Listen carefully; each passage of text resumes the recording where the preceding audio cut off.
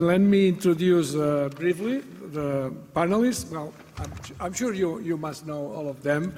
They're all of them well-known personalities in AI. But Virginia Dignum, she's Associate Professor at the Faculty of Technology, Policy and Management in Delft University of Technology. And her current research direction include ethics of artificial intelligence systems and value-sensitive software development. Then we have Joelle Pineau. Joelle Pineau, well, she just gave this talk 5 minutes ago.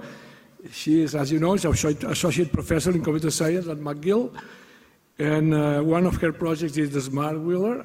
This multimodal intelligent wheelchair control, with the goal of increasing the autonomy and safety of individuals with severe mobility impairments. Then we have Stuart Russell. He's professor of computer science at University of California, Berkeley. That he gave the keynote lecture at the beginning of the conference. I think it's remarkable his net visa system for seismic analysis that solved an important problem related to the monitoring of the nuclear test ban treaty. And this is a very good example of the use of AI for good. He is most concerned with the threat of autonomous weapons and the long-term future of AI. Then we have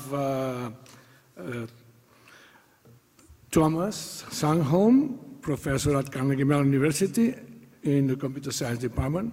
He's founder and director of the Electronic Marketplaces Lab, and his algorithms run the United Nations kidney exchange, which includes the UNOS kidney exchange, which includes 66% of the transplant centers in the US, if I'm not wrong. And then Toby Walsh, you know him also, is a Scientia professor of AI at the University of New South Wales, and the author of a very recent book that says, "It's Alive, Artificial Intelligence from the Logic Piano to Killer Robots." And he's particularly interested in the interface between optimization, social choice, and game theory. For example, how do we get a computer to allocate deceased organs to patients more efficiently and fairly? And he has played also a key role at the UN, United Nations, and elsewhere on the campaign to ban lethal autonomous weapons. Maybe we could proceed in the same order as I introduced the panel members. So let's give the floor to Virginia for some minutes. Okay. Thank you, Virginia. Hi. Hello, good afternoon. Yes, thank you for the introduction. And like Ramon said, I've been working on AI ethics and value-sensitive design of software systems for quite some time. And one of the things which motivates me the most in this area is actually following what Stuart Russell said yesterday. We are developing AI systems which are here to serve us. And for me, the most important aspect in that sentence is the us. Who are us? And if we look carefully at ourselves here, we are probably representing the top 5% of the world. And there is a lot of people who are not even connected to internet, who are in development countries, who have many other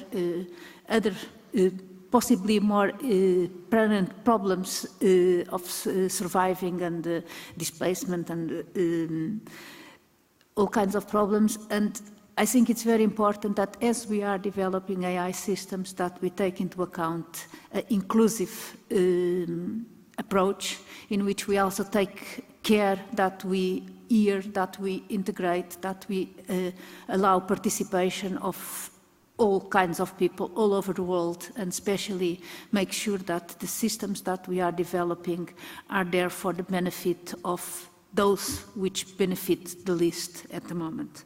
So one of the things we have been looking at is how to measure the success of an AI system, and we have been working in issues like other types of measures that what we usually use.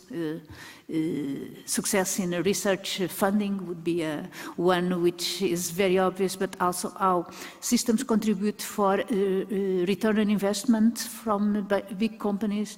And we are looking at how can we use other factors like factors who go beyond the GDP and the money and the economical success of systems to integrate and to measure the contribution of systems to, for instance, the United Nations Sustainable Development Goals, so in terms of how do our systems contribute to education, to release or relieve poverty, to equality, to health, to clean energy, and all those types of factors which are measured in a different way. So it's not so much how much we can get in return to the investment on AI, but how AI contributes in general for the well-being of people. If I talk about some concrete examples of work we have been doing, one of them is together with the Refugee Rescue International, which is an association which works in the field with refugees all over the world, and we are working with them on supporting their evaluation of where can you expect that the refugees are converging.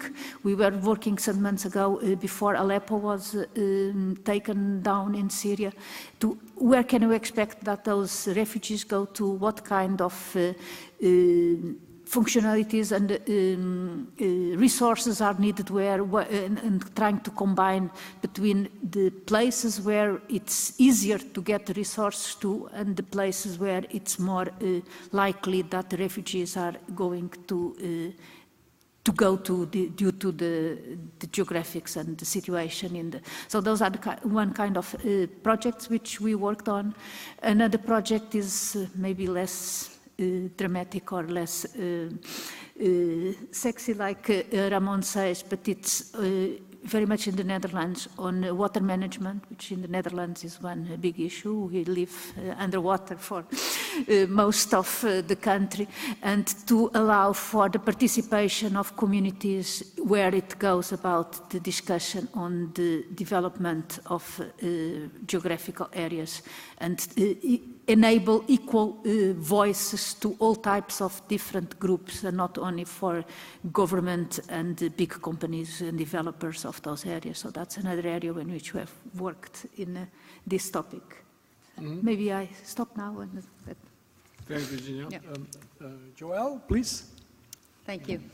I'm a faculty member at McGill University in computer science, but for many years I've worked on several projects at the intersection of healthcare and computer science. In particular, I've talked just a few minutes ago about several projects we've done taking techniques from reinforcement learning to try to inform decision-making, both data collection and improvement of treatment design for chronic diseases. Looking at epilepsy, cancer. We've also done projects dealing with mental illness. There's really rich opportunities in these cases to take methods from machine learning, methods from planning, a method from knowledge representation to inform how we discover and how we optimize treatment strategies. There's also many challenges that come with doing this kind of work, but I think it's a very, very fertile ground for interdisciplinary collaborations and for AI to have significant impact in terms of improving people's lives. And when you do this kind of work, and maybe as you mentioned, I also do some work on the robotic side where we've been building intelligent wheelchairs for people with mobility disorders to improve their accessibility to spaces, their quality of life. And so in that case, there's a strong human-robot interaction component. And of course, we need to tackle all the basic problems of robot navigation. And so through the course of these projects, in many cases, what arises is a set of different considerations. There's very rich technical problems to be solved. We often have an idea of techniques to get us started on solving the problem, but as we go along, we face some issues about how the data was collected, how performance needs to be measured, that we need to tackle from a really technical point of view. At the same time, there's, of course, the medical side of it. We're changing the way that clinical practice is happening, and so we need to have very extensive, rich conversations with people on the medical side. And then there's discussions and conversations to be had with society in terms of who is going to have access to this technology? How are we going to make sure that people's privacy rights are respected in terms of sharing data in these cases? And so I think it's a space of problems where there's very strong potential impact, but there's really interesting multidisciplinary problems to tackle. I would say it's a good opportunity to foster collaborations across many different fields and to start to have these conversations. I think as AI technology spreads to several fields, these conversations are going to need to happen. On the healthcare side, I think there's a lot of goodwill to work together towards making improvements. And so I would say, yeah, I'll leave it at that for now. Mm-hmm. Mm-hmm. Thank you. Stuart? Thanks. So, as Ramon mentioned, I worked a little bit with the United Nations on global seismic monitoring. I also have a collaboration with UC San Francisco, with the medical school on intensive care medicine. And of course, since I'm a Bayesian, this is all just Bayesian inference, just with minor variations. But I think one of the things that's clear is that there's a huge difference between working on a problem whose solution you actually care about and working on a problem because it's popular in the community, because you can beat other groups in the community, you can get a higher, accuracy, and that's what you care about, and you don't actually care what it is you're predicting. So there were probably 500 million person hours spent on the Netflix competition. I doubt that anybody actually cares about how well Netflix recommends movies to its customers, except for the Netflix shareholders. But none of the people who worked on that problem actually cared about the problem. I think it's a completely different mindset when you care about the solution. You don't care about your method. You care about whether you get the problem solved. I don't care whether Bayesian solutions end up detecting nuclear explosions better than others. And probably, if I had to be completely honest, we did cut a few corners, and it's not strictly Bayesian everywhere. And in fact, there's actually some maximum likelihood that creeps in various parts of NetVisa, partly because the United Nations insisted that there could only be one daily bulletin, not a distribution over daily bulletins. So what happens when you work on a problem that you don't care about? Well, one of the things that happens is problem creep. Somehow the problem kind of starts to change to fit your methods, which is really bad, because then you sort of lose the incentive to solve the real problem and to actually generate new technical ideas. The other thing is you lack, since necessity is the mother of invention, you lack the necessity, so you lack the invention. When you really care, you will actually beat your brains out until you figure out how to do it.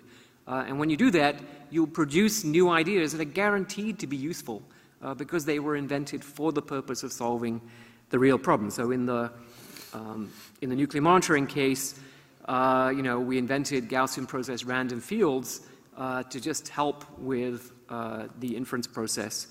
And we also developed, compiler techniques for probabilistic programming, which gave us a 700-fold speed up for not just for the nuclear monitoring, but for anything that can be expressed as a probabilistic program. So that was good. The other thing I learned is patience. We basically had NetVisa up and running in just under a year and getting results 2 to 3 times better by early in 2010, I think. And in late 2014, the UN announced that this was going to become the new monitoring system, and it still hasn't actually happened because there are member states like Iran that don't really want it to be the new monitoring system, so somehow they've got to, it's above my pay grade. The diplomats have got to figure out how to make it happen without ruffling too many feathers. So you just wait and wait and wait and wait. When you think about medicine, and I'm sure Joelle's is seeing the same thing, that when, the generic problem is that the human being is a very complex system in a complex context, and we need to be able to monitor, to diagnose, and to generate treatment plans. Possibly this is going to work by knowledge-free black box machine learning methods, where we, the AI researchers, don't have to put in any real effort whatsoever to solve the problem. I doubt it. I cannot see any way that you can handle intensive care data, physiological data that we collect using knowledge-free methods, because 98% of it is artifactual anyway, and you have to understand the nature of the artifacts in order to understand the data at all. But to me, to expect that you're going to produce a piece of software whose actual value to the human race could be measured in the trillions of dollars, you're going to produce that with a few weeks of effort and some off-the-shelf machine learning software. Give me a break. It amortizes across the whole human race. Everyone has pretty much the same physiology at the generic level. And so it's going to be worth putting an enormous amount of effort for us to build models of physiology, to build models of the processes of measurement, to build models of the various treatment options, the drugs, the pharmacodynamics, the pharmacokinetics, all the rest of this stuff. It's a lot of work, but of course it's a lot of work. What do you expect? And I think the AI community has been trying to take it too easy in recent years because we've had success with the low-hanging fruit of image recognition and speech recognition. Okay, I think I'll stop there. Thanks, Stuart. Tuomas, please. Okay, so I've always felt very strongly about making the world a better place, and not just kind of in a necessary do-gooder way, but also in a kind of a improving business efficiency way. I think both are important. And sometimes I see that people think about, okay, should I be an applications person or a theory person? And I think that's just all wrong, in that the applications really tell you what the important, actually conceptual questions, theoretical questions, experimental questions, systems building questions, and so on are. And I like to kind of span that whole spectrum. And it's really played out very, I've been fortunate that it's been playing out in a way where working with the application directly, we actually see in many cases that we've seen the research problems first, and really important research problems first, instead of kind of being inward directed into the research community, flipping through proceedings and trying to improve something, looking outward into the world and being the first to bring some research problems into the community. I think that's, at least for me, it's been a very rewarding experience. So let me talk about two different applications. Ramon asked me to talk about applications, so I'll just mention two of the ones that are kind of more longer standing that I've done. So one was combinatorial auctions. So introduced combinatorial auctions to computer science, really motivated by the least sexy application you could imagine. In 1989, I started working on trucking and trucking allocation. And while it's totally unsexy, it's highly combinatorial and actually has a lot of really interesting, difficult aspects. And then I founded a company to actually field those types of highly combinatorial, large-scale, multi-attribute auctions. We fielded over 800 of them, totaling $60 billion, and we saved over $6 billion in the supply chain. And now that came from efficiency improvement, so it wasn't about squeezing the suppliers, it was about finding win-win solutions between the buyers and sellers. And how do you make that happen? Well, you increase the expressiveness of the language that the buyers and the sellers can use in an electronic marketplace, so you can really find the win-wins. So now that actually drove then into the academic research the questions of what should these bidding languages be like? How do we back them up with optimization algorithms for winner determination? How do we actually do preference elicitation there? And that actually started a whole new field on preference elicitation in multi-agent systems. And if I hadn't been working on a real application, it wouldn't have happened, at least not by me and not so quickly. So in terms of the impact on the real world, 2/3 of those auctions were really in transportation, so truckload, less than truckload, sea freight, air freight, train, multimodal. And there you could really see that it comes from less driving, less empty driving, less partial filling driving, and that leads to a lot of carbon savings, for example, and so on. So while there we were really driven by the business efficiencies, it actually does have a big impact on the planet as well. The main application that Ramon wanted me to talk about is kidney exchange.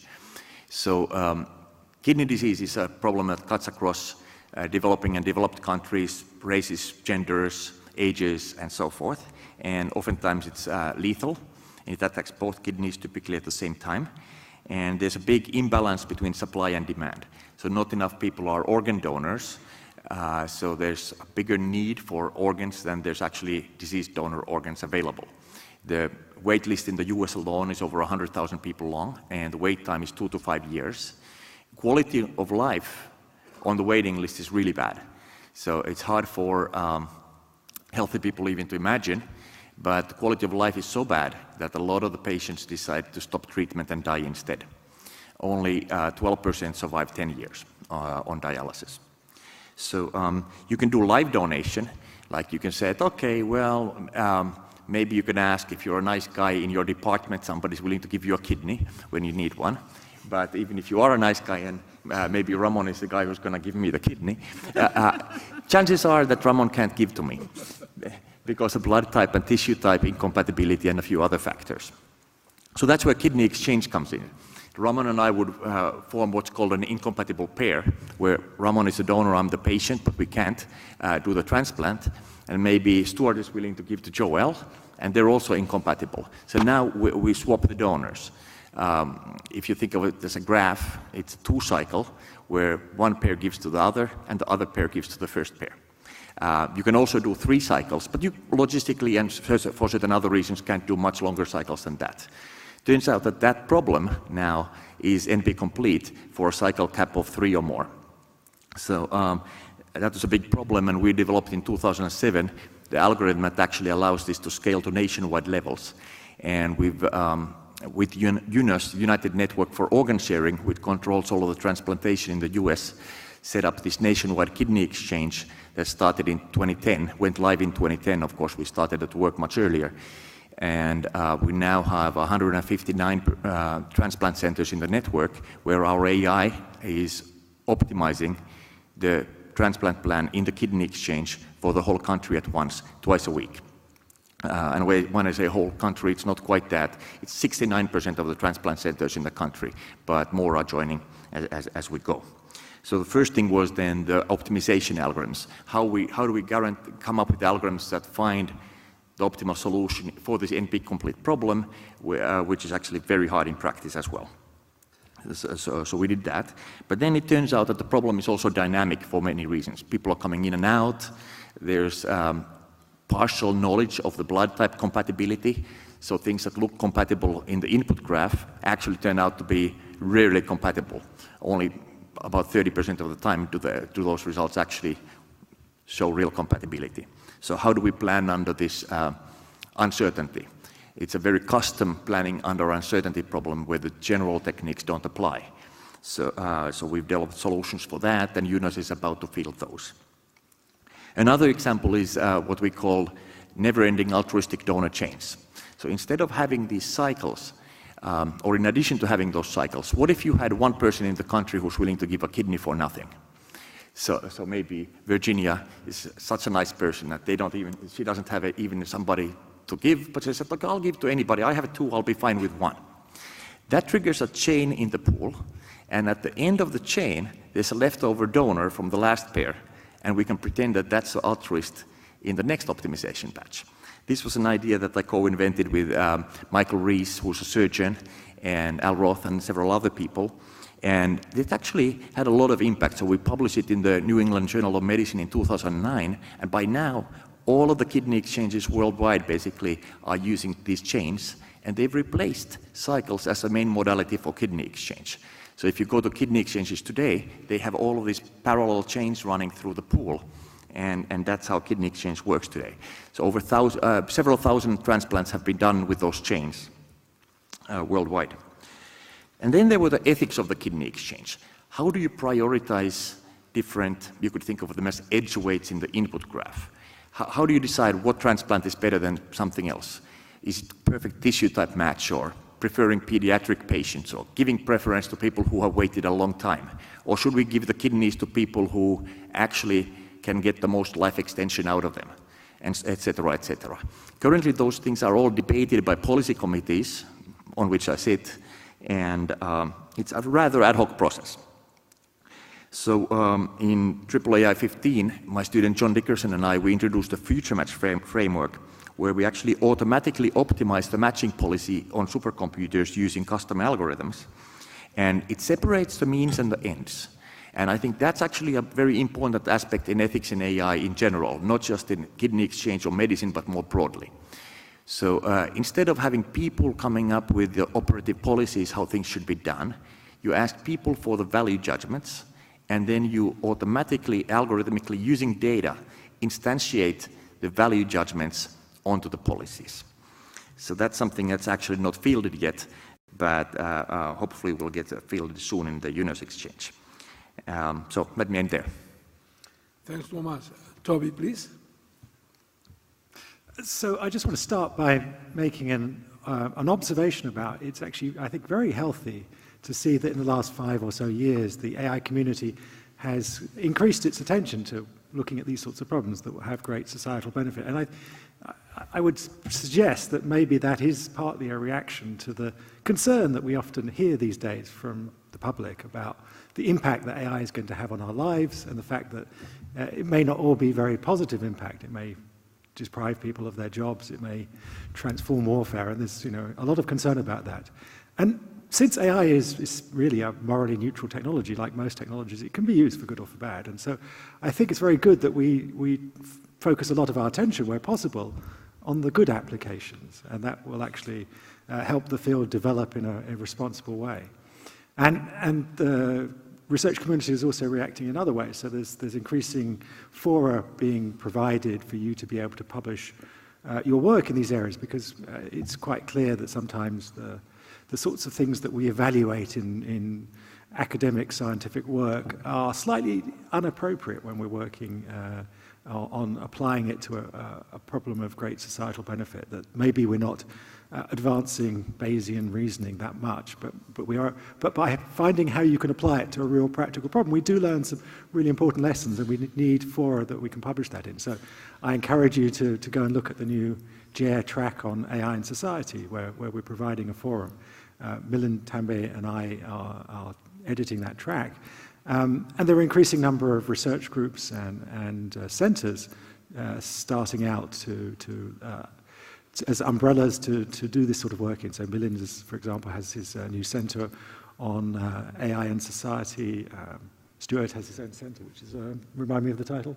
Center for Human Compatible AI. Center for Human Deliberately insulting title to everybody else.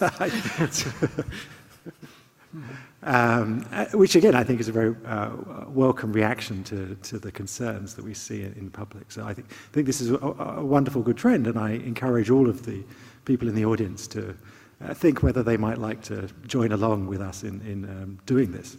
I just want to talk very briefly about 2 projects I've been involved in the last couple of years with some significant societal benefit. The first was a project with Food Bank Australia.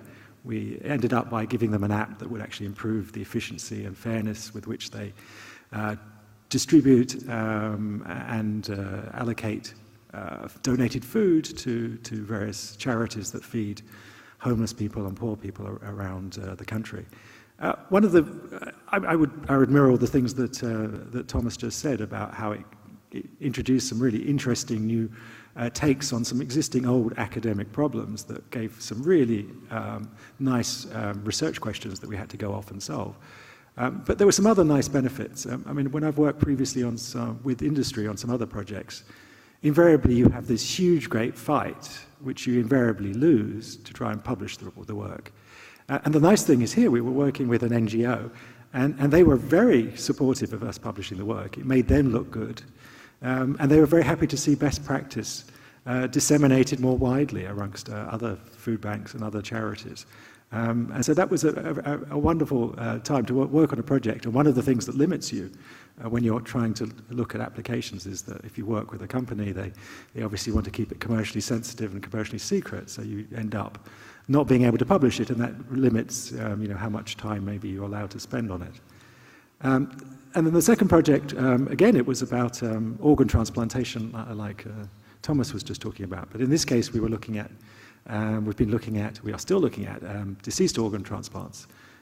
In Australia, they're not as advanced in doing kidney exchange, so 95% of the transplants come from donated by deceased people, and they're just one-on-one matches.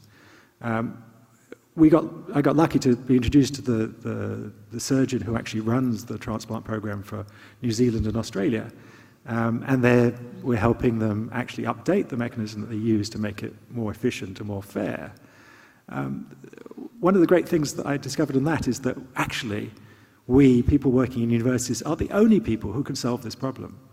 And this was illustrated by a conversation I had with him very early on in the project, when he said, well, it sounds great, Toby, you seem to look like you can help us do this problem.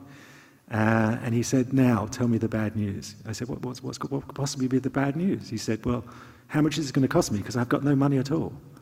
And I said, well, that's the great thing. You're here in this public hospital.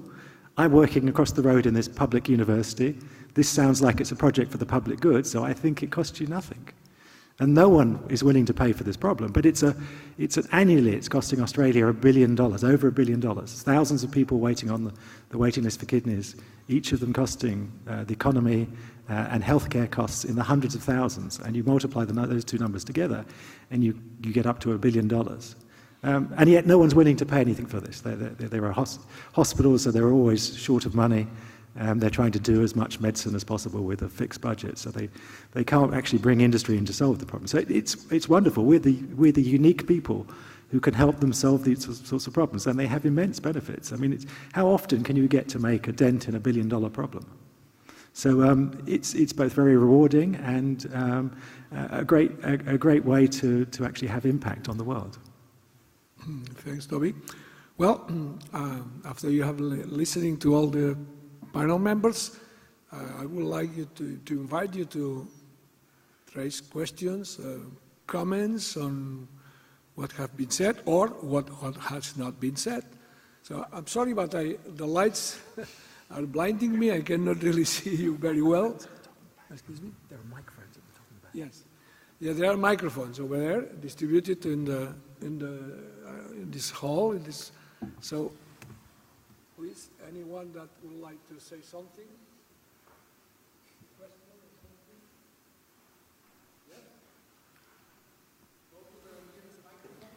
Hey, thanks for doing the panel. I suppose this is a quite general question, but hopefully we'll hear something interesting about it. I think that a lot of a thread which goes through a lot of what a lot of the presenters have been talking about is ethics as something that's quite empirical. So to do the right thing, you need to collect a large amount of evidence, a large amount of data.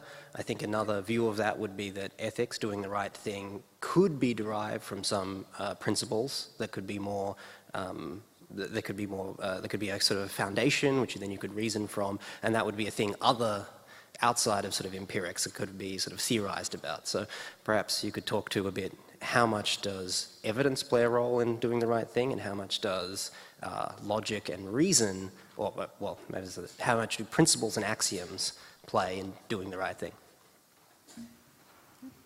Well, anyone? Okay, if I can say something, indeed, it can go both ways. The issue of looking at ethics from a theoretical or principle-based perspective is that we as humans also don't really agree on what are the priorities between the values that we have. It is very context dependent. Sometimes we value safety over privacy, sometimes we value privacy over safety, and different cultures around the world value things differently. So it's quite difficult, and the philosophers have been discussing this for more than 4,000 years. And there is not really one solution to take it from a kind of top-down way based on principles.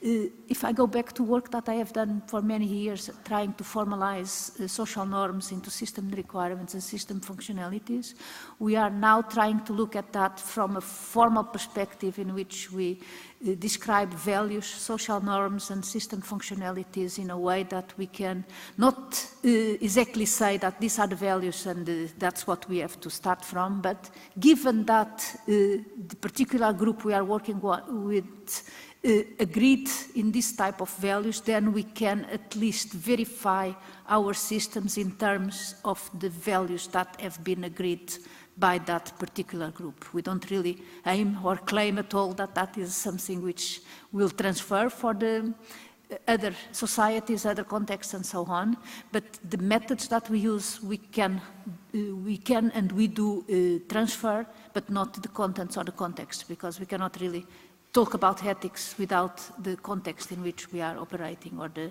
context, the social context in which is happening. So I've got two comments to add to that. You One, want to say something? oh, do you want to go first? No, but Okay.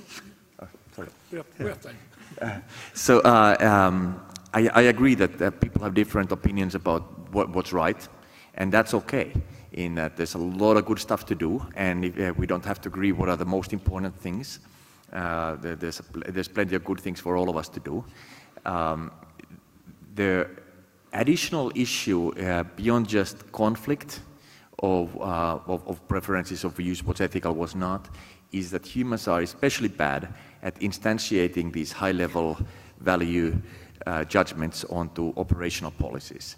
And that's kind of a point that I feel strongly about, and we saw that in the kidney exchange case with Future Match. With data and supercomputing, you can actually instantiate much better matching policies, even when the value system is given by the humans, than what the humans can themselves do. So I would actually push that point for a second time on the panel, that I think we should separate the means and the ends, have the people talk about the ends, values, and maybe agree or partially agree on those things, and then have the AI actually instantiate those things onto the operative policies.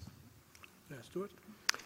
Yeah, so I think that it's an interesting question, and there are really two answers. There are general questions of ethics, for example, how do you aggregate or trade off preferences among multiple individuals, and those questions apply equally to humans, to aliens, to bacteria.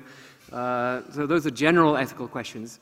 And then there's the empirical question about, well, what about humans specifically? And we want different things from bacteria.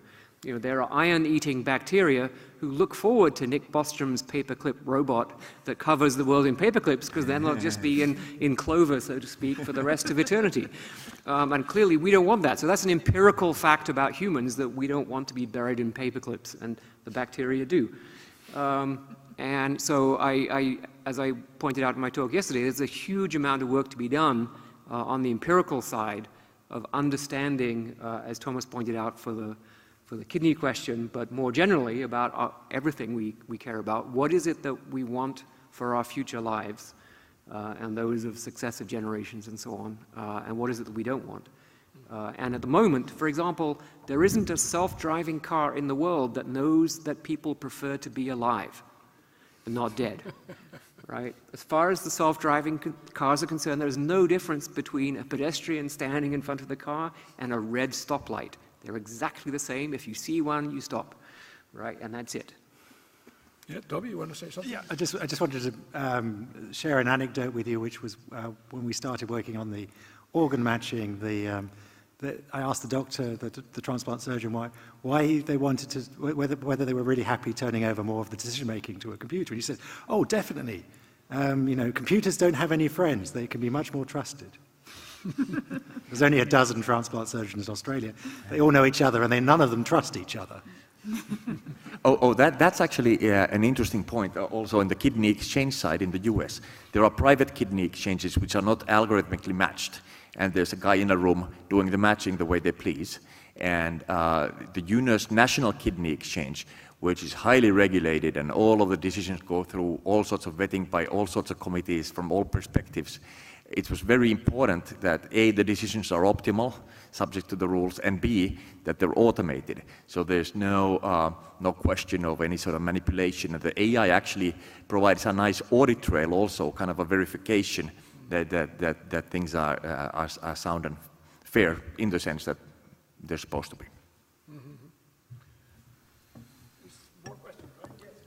Yes, in AI we are in something very special in terms of science from the point of view of being so close to the human nature, right? So I've been in the state of putting cognition in a robot, like many people do, like we do in AI, right? But then once this is done, when we can operationalize cognitive things, so we can test things, something works, something work less, we must be explicit, we quantize. And now my question to the distinguished panel is, how do you feel that progress in cognition, in AI, in machine-based cognition, can help the humans be better in cognitive terms? I mean, so I assume the question is not better in ethical terms. I think machines can actually help us be better ethically, but cognitively, there's actually quite interesting work going on. So, for example, meta-reasoning is the ability to control your own mental processes. There seem to be certain bugs that some humans have, particularly with indecision, that there are two options where the difference between the two options is negligible. So it's very hard to decide which is the right one. And so a human takes a long time trying to decide between them, even though it doesn't matter, right? Mm-hmm. So they're sort of exactly wrong in when and where they're allocating cognitive effort. And I believe that you could train people not to do that, so that they would put their cognitive effort in the right things. So that's just one example. I think you can probably train people to have better attention spans, to be better at retaining short-term memory. I think these things would be particularly important for people who are undergoing cognitive decline. So I think there are many, many great options there. So I'm going to disagree with Stuart. I think actually it could make us better ethically. That this could be a golden age for ethics and philosophy, because we actually have to be precise enough that we can write computer programs to do this. You're agreeing with me, Toby. I didn't say, I just said I wasn't going to talk about it. Oh, you weren't going to talk about it? Okay, well, I think, yes, I think it will be a golden age of ethics, because philosophy's got itself lost in various other irrelevant things. And we'll have to be much more practical, and that may help us be much more precise with our own ethics. Yeah, no, I actually wrote a paper, I think it's in Time, called Moral Philosophy Will Be a Key Industry Sector. Joelle? I was going to add, I think one area where machines are quite good at is distilling complex information. And so if we're thinking in cases where there's loads of complex information all coming through at a high rate or in high dimension, machines are quite good at distilling that and trying to pick out specific patterns. And so we can think of machines essentially taking this complex data, projecting it down into a space where it's a lot easier for the humans to make the decision. So the machine may not have all the information about the value of how to make that decision, but can actually help in terms of sharing the information at a level that's appropriate for human decision making. And so relating back to robotics, one place where we're going to see that a lot is in situational awareness, where we can think of using AI to actually digest information to help workers make decisions more efficiently. Sure. I'd like to add that these are all kind of very practical things. How do we become better at doing important things? But there's also a fun side to this, that AI is actually making people smarter at fun things. So in chess, for example, the game became much more interesting when AI became superhuman. We're seeing the same thing now in poker. when AI has now become superhuman, the game has become much more interesting, and suddenly a lot of the folk wisdom on there's only these simple ways to play the game that are good gets challenged and it's thrown away. Now the game is much more interesting, much more fun. And I think that it's the same is going to happen in arts. And now I realize that I'm on a limb there. Like, for example, in music, you could have AI assistance in composing, and there's going to be a time when AI is going to compose music better than humans. And maybe then we can't even tell what's good, but better than something else. But that's another whole thing. But the human understanding and appreciation of music, I think, is going to get better. Maybe if I can just give a small anecdote of an application that we developed some years ago, which combines the fun and the practical.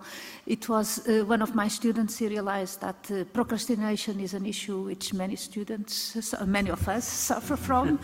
And one of the reasons was that they played too many computer games.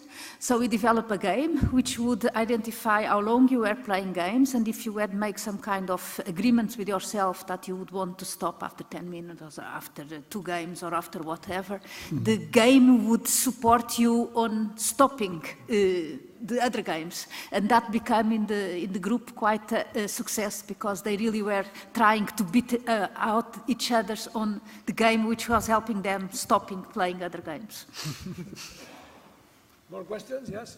So first, thank you guys for your work in sort of helping mitigate the danger of diseases, of superintelligence, and of nuclear war.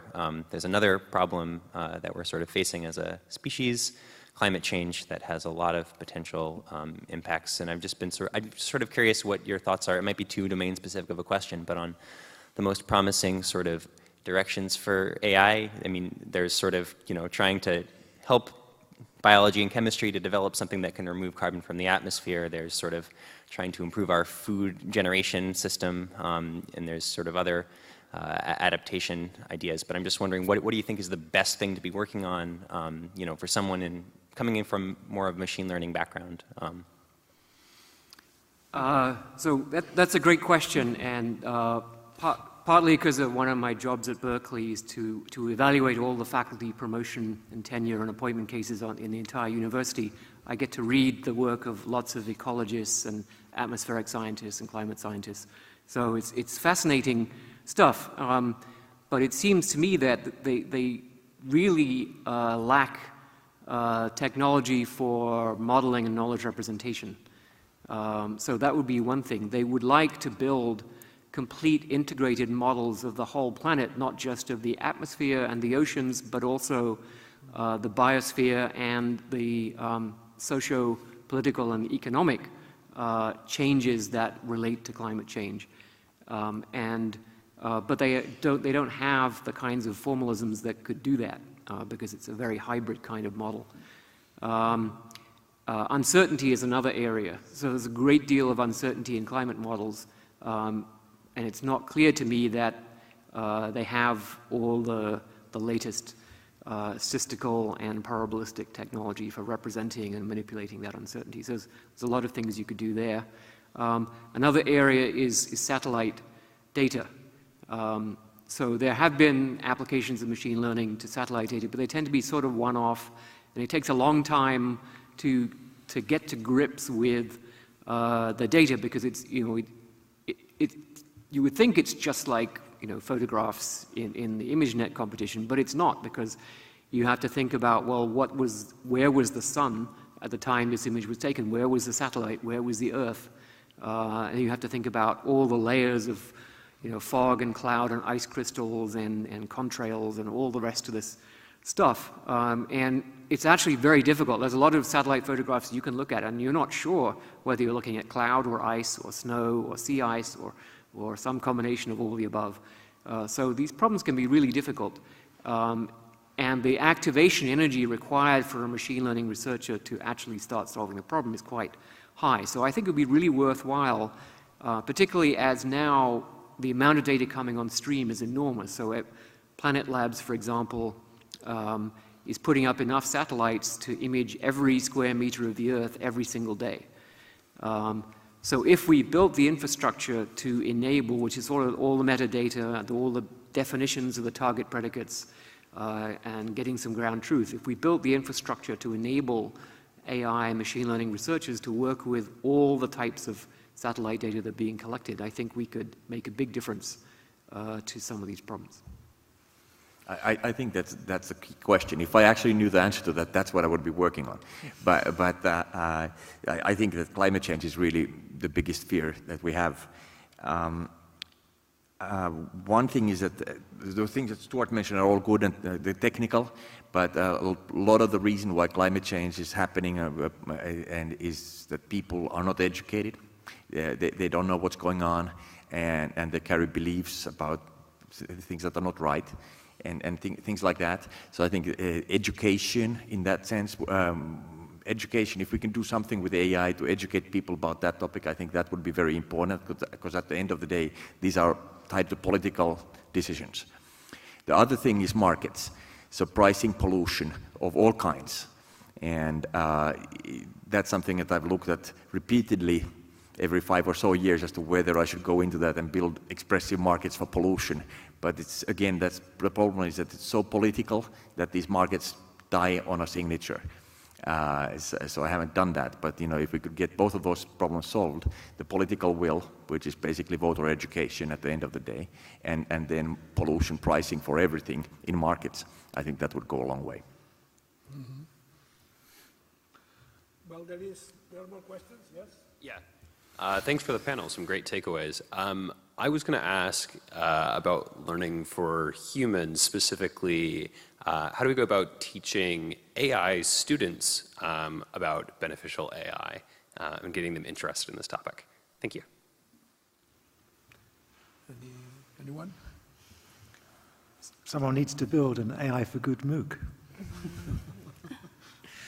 We do have AI for good MOOC in Delft, or not AI for good, but technology for good.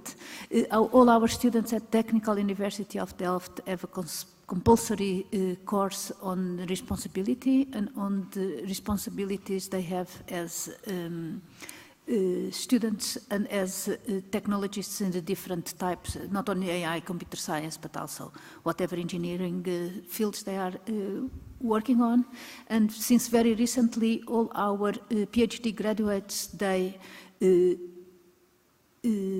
say, like doctors, they say Hippocrates Oath, the medical doctors, and we have a similar thing in which our PhD students, which graduate in Delft, they are made at least aware of their responsibility and their potential impact for good and for bad in the world, and that we ask them to reflect on the choices that they make for that.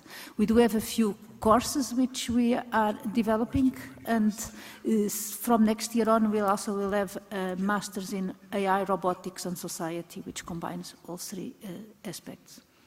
Joelle? I was going to add, I think there's two aspects to this problem. One aspect is how do we educate them in more the standard, way, through whether it's through courses, seminars, specific projects. The other side of it is how do we put in place the incentive structure where students choose to do research in this area? How do we encourage students to pick problems that are going to be hard and where you're going to need patience, rather than trying to hammer out at the latest Netflix benchmark? And so that's something that I think, as for those of us who are on the education side, need to think about. And I have no solutions yet to that one, except to try to foster it in my own students and encourage them to take on some of these important problems. Well, we have 3 minutes left. Maybe one last question. Hopefully it will not take very long answers. Please. Well, regarding AI impacting society at much larger scales, I was wondering what's your view on, many people are concerned that AIs as a next step in automation will displace many jobs, and one way you could see is actually positive because there are many jobs that are really dangerous or tedious for humans to perform. However, there's a lot of concern that, what are those people that are now doing those jobs, what are they going to do with else? For example, we see in last month, it was reported in the news that the Indian government was forbidding tests with self-driving cars in India because probably they're concerned that those millions of people who are now working in India as taxi drivers or truck drivers, you know, are they going to starve, or what else are they going to do? They have no solution for this. So how do you see this, if this transition to the great societal impact, if this is not smooth, how do we deal with that? Anyone? I often like to remind people there's an unbounded number of jobs we could create in 3 areas: education, healthcare, and aged care. It's just a question if we're willing as a society to pay people to do those. And that's just a distribution problem. We have to solve the distribution problem. Well, so we could spend a week just answering that question.